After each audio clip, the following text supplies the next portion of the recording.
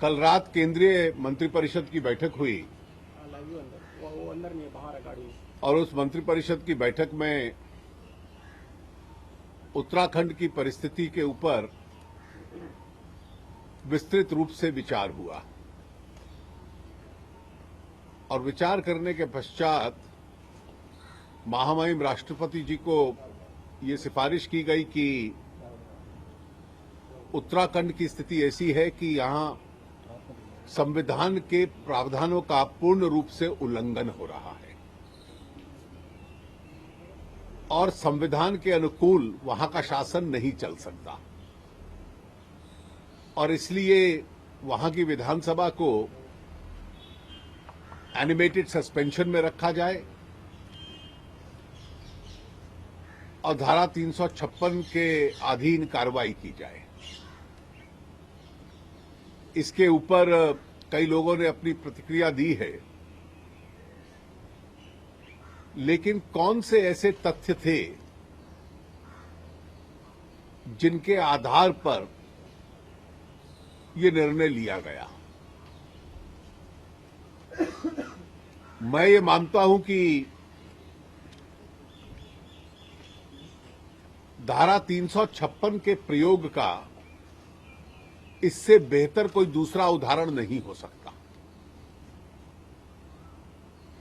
पिछले 9 दिन से उत्तराखंड की सरकार हर रोज संविधान के प्रावधानों की हत्या कर रही थी। अगर मैं गिनती गिनाना शुरू करूं, 18 तारीख को विधानसभा का सत्र था। 71 में से 68 लोग वहां मौजूद थे। स्पीकर साहब वोट नहीं डाल सकते जब तक टाई ना हो और 67 लोगों में से 35 लोगों ने यह लिख कर दिया कि मत विभाजन हो, डिवीजन हो। ये पहले लिख कर दिया, राज्यपाल जी को भी दिया, स्पीकर को भी दिया। वीडियो ये दिखलाता है कि नेता प्रतिपक्ष और सदस्य होकर डिवीजन मांग करते हैं। जो असेंबली की प्रोसीडिंग्स आई जिन पे स्पीकर के स्वयं के हस्ताक्षर हैं, वो कहती है कि मत विभाजन मांगा गया पर मैंने प्रस्ताव को पारित मान लिया। 67 में से 35 लोग पहले लिख कर देते हैं, सदन के दौरान मत विभाजन मांगते हैं और सदन के पश्चात एकदम फिर लिख कर देते हैं कि हमने खिलाफ वोट डाला है और अप्रोप्रिएशन बिल जो बजट होता है वो विफल हो गया है। और संविधान में लिखा है कि जब बजट और अप्रोप्रिएशन बिल फेल हो जाता है तो सरकार को इस्तीफा देना पड़ता है। ये स्वतंत्र भारत में पहला उदाहरण है और एकमात्र उदाहरण है कि एक फेल्ड बिल को पारित घोषित कर दिया जाए और बिना वोट लिए पारित कर दिया जाए। और उसकी एविडेंस बड़ी स्पष्ट है, ओवरवेलमिंग है कि विभाजन सदन से पहले लिख कर देना, सदन के दौरान मांग करना, वीडियो वो दिखलाता है, असेंबली की प्रोसीडिंग्स में लिखा हुआ है और उसके बाद लिखकर देना कि हमने वोट खिलाफ दिया है। और जब 35 लोग 67 में से कह रहे हैं कि हमने वोट खिलाफ दिया है, तो पहला संविधान का उल्लंघन यह हुआ कि संविधान की धारणा यह है कि शासन बहुमत से चलता है, कानून बहुमत से बनता है, बजट बहुमत से पास होता है। बहुमत को अल्पमत कर देना और अल्पमत को बहुमत कह देना और फेल्ड बिल को पारित मान लेना, ये आजाद हिंदुस्तान में संविधान के दौरान पहला इंसिडेंट है। 18 तारीख का ये वाकयात अपने आप में ब्रेकडाउन ऑफ कॉन्स्टिट्यूशनल मशीनरी है। संविधान इसकी कल्पना नहीं करता कि फेल्ड बिल को पास मान लिया जाए और 18 तारीख के बाद से जो सरकार चली है वो अपने आप में गैर संवैधानिक है। इसके आधार पर एक दूसरा संवैधानिक संकट पैदा हुआ है और वो सबसे बड़ा संवैधानिक संकट है जो आज भी बरकरार है। अगर 18 तारीख को अप्रोप्रिएशन बिल फेल हो गया तो 1 अप्रैल से किसी सरकारी खर्चे की अनुमति नहीं है। No government expenditure can be undertaken after the 1 April. और कोई सरकारी खर्च, किसी को वेतन नहीं मिल सकता, किसी की गाड़ी में पेट्रोल नहीं भर सकते, कोई सरकारी दफ्तर कार्यालय पे काम नहीं हो सकता, क्योंकि अप्रोप्रिएशन बिल जिसके आधार पर सरकारी खर्चा होता है वो बिल अपने आप में फेल हो चुका है। राज्यपाल की रिपोर्ट में स्पष्ट रूप से लिखा है कि देयर आर सीरियस डाउट्स कि 18 तारीख की प्रोसीडिंग में क्या हुआ। ये आज तक इस देश के इतिहास में नहीं हुआ कि कोई प्रांत हो जहां बजट पास ना हुआ हो, जहां अप्रोप्रिएशन बिल पारित ना हुआ हो और अप्रोप्रिएशन बिल के भविष्य को लेकर एक बड़ा भारी संकट हो और बहुमत यह कह रहा हो कि हमने उस बिल को फेल किया है। तो इसलिए उस परिस्थिति में धारा 356 के बाद धारा 357 के अधीन केंद्र को अगले 3 दिन में विशेष प्रावधान करने पड़ेंगे राष्ट्रपति जी के माध्यम से कि 1 अप्रैल से उत्तराखंड का खर्चा चल सके। विफल बिल के बाद, और अभी तक राज्यपाल जी की उसको स्वीकृति नहीं मिली क्योंकि उनके पास वो भेज ही नहीं पाए क्योंकि विफल बिल था। ये दूसरा राजनीतिक संकट है। तीसरा संवैधानिक संकट ये है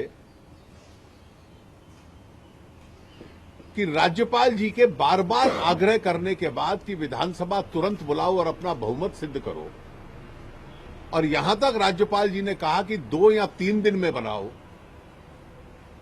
मुख्यमंत्री का आग्रह था कि मैं 28 को बुलाऊंगा और 28 तक का अवधि काल इसका प्रयोग करूंगा अल्योरमेंट के लिए और हॉर्स ट्रेडिंग के लिए। इसके 3 प्रमुख वाक्यात हैं। पहला ये कि एक बीजेपी का सदस्य जो 18 तारीख को एब्सेंट रहा, जिसने विप डिफाई किया, उसकी डिस्क्वालिफिकेशन की पिटीशन जाती है। उस डिस्क्वालिफिकेशन की पिटीशन पे सुनवाई तक नहीं होती, कार्रवाई नहीं होती, नोटिस नहीं होता, और मुख्यमंत्री जी उस बीजेपी के बागी सदस्य को सरकारी पद दे देते हैं एक बोर्ड का, उसको अल्योर करने के लिए। संविधान का जो 10वां अध्याय है, 10th शेड्यूल है, एंटी डिफेक्शन कानून है, जिसमें उसका डिस्क्रिमिनेटरी तरीके से प्रयोग होता है कि एक सेट ऑफ रिबेल्स के खिलाफ कार्रवाई होगी, दूसरे सेट ऑफ रिबेल के खिलाफ नहीं होगी। संविधान इसकी कल्पना नहीं करता कि 2 सेट ऑफ रिबेल्स को अलग अलग मापदंड के ऊपर नापा जाए और उसके बाद ये पहला उदाहरण है स्वतंत्र हिंदुस्तान में कि जिसमें कोई एविडेंस आई हो कि अपने मुंह से मुख्यमंत्री जी हॉर्स ट्रेडिंग का प्रयास कर रहे हो, पद देकर या पैसा देकर। और इसकी जो ओवरवेलमिंग एविडेंस है, ये तो अपने आप में केवल संवैधानिक अपराध नहीं है, वैसे भी अपराध है। जो व्यक्ति उनसे बात करने गया, वो स्थान सरकारी हैंगर जो सरकार के अधीन था, राज्य सरकार के, उसका चयन मुख्यमंत्री जी ने किया। उस व्यक्ति को वहां बुलाने के लिए उसके हेलीकॉप्टर की व्यवस्था मुख्यमंत्री जी ने की और फिर उसके साथ बार्गेनिंग कर रहे हैं कि कितने पद और कितना पैसा। इसके आधार पर हॉर्स ट्रेडिंग के आरोप बहुत लगे हैं। ये पहली बार है कि hard evidence of horse trading कभी अपने आप में सामने आई हो। तो इसलिए धारा 356 की कल्पना है कि सरकार जो है राज्य की, उसका प्रशासन संविधान के अनुकूल नहीं चल सकता। तो क्या यह संविधान के अनुकूल है कि इन स्पीकर महोदय के नेतृत्व में, इनकी अध्यक्षता में फेल्ड बिल को पारित मान लिया जाए? 18 तारीख को फेल्ड बिल के बाद सरकार को इस्तीफा देना था, उसकी कंटिन्यूएशन अपने आप में इलीगल थी। उसके बाद उस अवधि शीघ्र असेंबली 2 या 3 दिन में बुलाने के स्थान पर लंबे अवधि काल में बुलाओ, हाउस का कंपोजिशन बदलने की कोशिश करो, 10th शेड्यूल का डिस्क्रिमिनेटरी ट्रीटमेंट करो और एल्योरमेंट और हॉर्स ट्रेडिंग अपने आप में करिए। इन सारे तथ्यों के ऊपर मंत्रिपरिषद ने जो विचार किया है, केवल उपयुक्त नहीं था, संवैधानिक था और वक्त की आवश्यकता थी कि उत्तराखंड में इस प्रकार के अनैतिक और असंवैधानिक तरीके से सरकार न चल पाए, जो कि अपना बहुमत खो चुकी है। Last night, the meeting of the cabinet was held under the chairmanship of the Honorable Prime Minister. All relevant facts were considered, and the cabinet recommended to the Honorable President that the Assembly of Uttarakhand be placed under animated suspension, and that the exercise of power under Article 356 takes place. There were cogent, relevant and extremely important grounds on which the cabinet has come to this conclusion. The first and the foremost is what happened on the 18th of March in the assembly itself. 35 out of the 67 voting members, the 68th being the speaker, had given advance noting in writing that they wanted to press for division. This is further evidenced by the video. This is evidenced by the minutes of the assembly that a division was asked, not granted. And even though 35 members opposed the appropriation bill, that is the budget, the speaker wrongly declared it to be passed. This is the first instance in independent India that a failed bill and a failed financial business has been declared to be approved. 35 members thereafter met the governor and gave in writing that they have voted against the bill. The bill can't be taken as passed. The report of the governor itself suggests that there are serious doubts whether the bill was passed or not. And as of today, the appropriation bill has not been assented to, has not been passed. Now, this leads us to the second important constitutional crisis, that if there is no appropriation bill approved today, in accordance with the Constitution, no expenditure can be undertaken from the 1st of April onwards. And therefore, it is necessary under Article 357 for the centre to now make fresh arrangements with regard to the approval of the appropriation. The governor repeatedly asked the chief minister to call the assembly session within 2 to 3 days to prove his majority. The chief minister deliberately prolonged it so that he could use it for allurement, for horse trading, and for changing the composition of the house. And all three are evidenced. One rebel member of the BJP who abstained on the 18th has been offered the vice chairmanship of a government board and so appointed. Even though there is a disqualification petition against him, action has not been taken.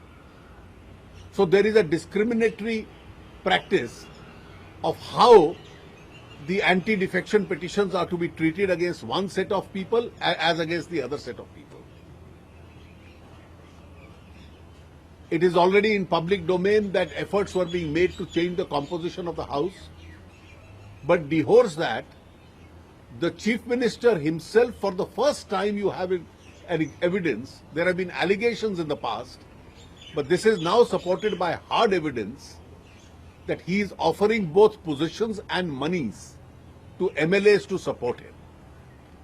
Horse trading itself is a good ground that governance of a state cannot be carried on in accordance with the Constitution. So as of today, the Chief Minister did not enjoy the majority. He had lost the majority on the 18th. The continuation of the government thereafter is unconstitutional.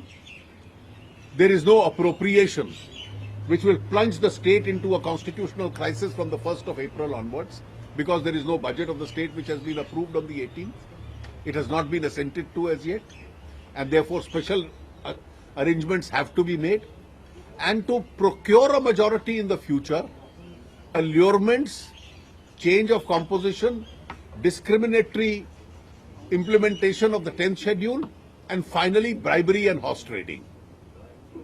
These are all factors among several other factors which have been taken into consideration, and we believe that these are very good grounds on which the Council of Ministers, the Cabinet, came to a conclusion that good grounds exist for recommending to the Honourable President the imposition of the central rule, and the Assembly has therefore been put under animated suspension.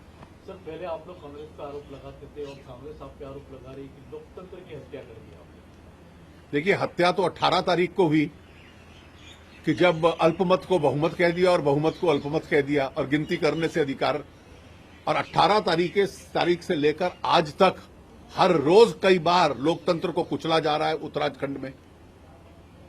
इसको वो नजरअंदाज कर सकते हैं क्या? लोकतंत्र की ये कल्पना है कि एक राज्य बिना बहुमत के सरकार चलाए? देखिए, so far the assembly has only been put under animated suspension.